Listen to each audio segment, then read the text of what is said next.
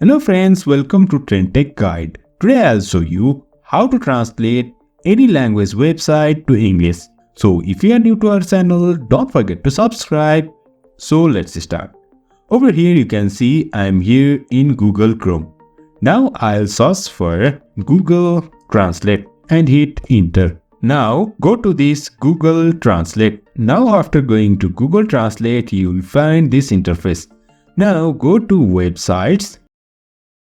Here you can see I have one website of Nikon. I don't know which language is this, but I want to translate this to English. For that, first of all, I'll copy this website link and just go to Google Translate, and on the website just paste it and click on this translate. Then you can see this website is translated to English.